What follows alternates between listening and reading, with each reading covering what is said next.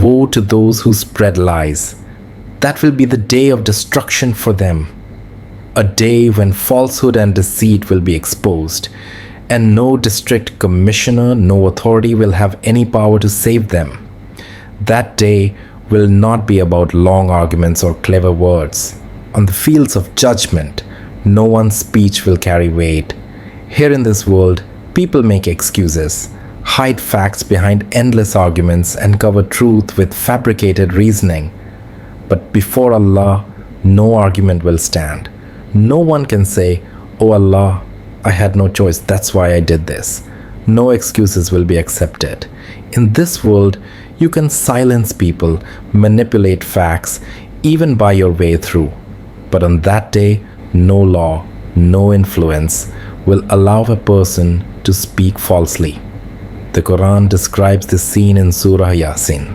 We shall seal their mouths, and their hands will speak to us, and their feet will testify to what they used to earn.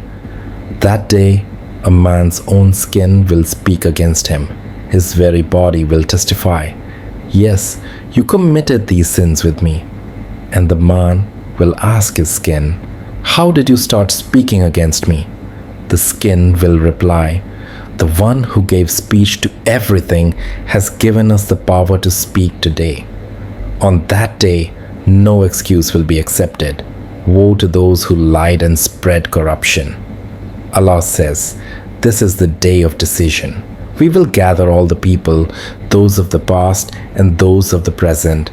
All nations, all generations will be brought together, and Allah will challenge the criminals. If you have any trick, if you have any plan, then use it against me today. But none will have any way out. This warning has been sent so that people wake up before that day comes. In Surah As-Saffat, Allah says, on that day, the criminals will be asked, "Where is your escape now? Do you feel pain? Do you suffer?" And they will confess, "Yes, we are in pain today." But Allah will remind them, "Greater was the pain you caused to my messengers when they invited you to the truth in the world, and you mocked them, rejected them. So, the punishment of the hereafter will be harsher than the pain of losing one's own soul. If only they had listened before. If only they had returned to Allah while alive. But now, that day of truth will arrive, the day when liars will be destroyed. In Surah As-Saffat, Allah mentions that those who denied Him and crossed limits will be thrown into hellfire. But those who feared Allah, they will be in gardens amidst flowing springs, surrounded by fruits they desire, enjoying blessings and being told, "Eat and drink with delight for what you used to do in the world." Because paradise is not a reward of words alone, it is the result of deeds. आपने इस script के related prompt लिख कर दूँ हर एक line के लिए. In paradise, even the elderly will find youth restored. A 70-year-old, even an 80-year-old will feel the desire to live anew with eternal vigor.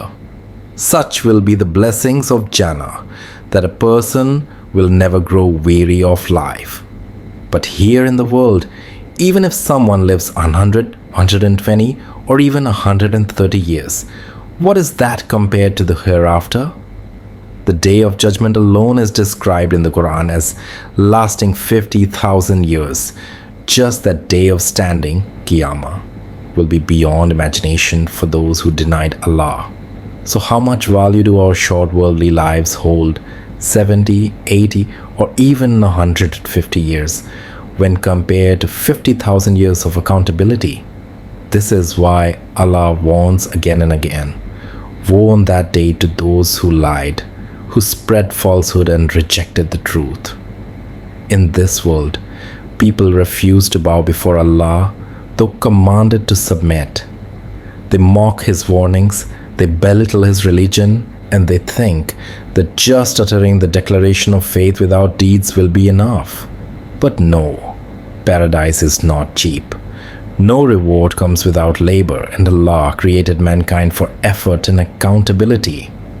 Just as no one gets wages without work in this world, so too, in the hereafter, no one enters paradise without righteous deeds. This is why the Quran repeatedly confronts us. If you will not accept the warnings of Allah's book, what else are you waiting for?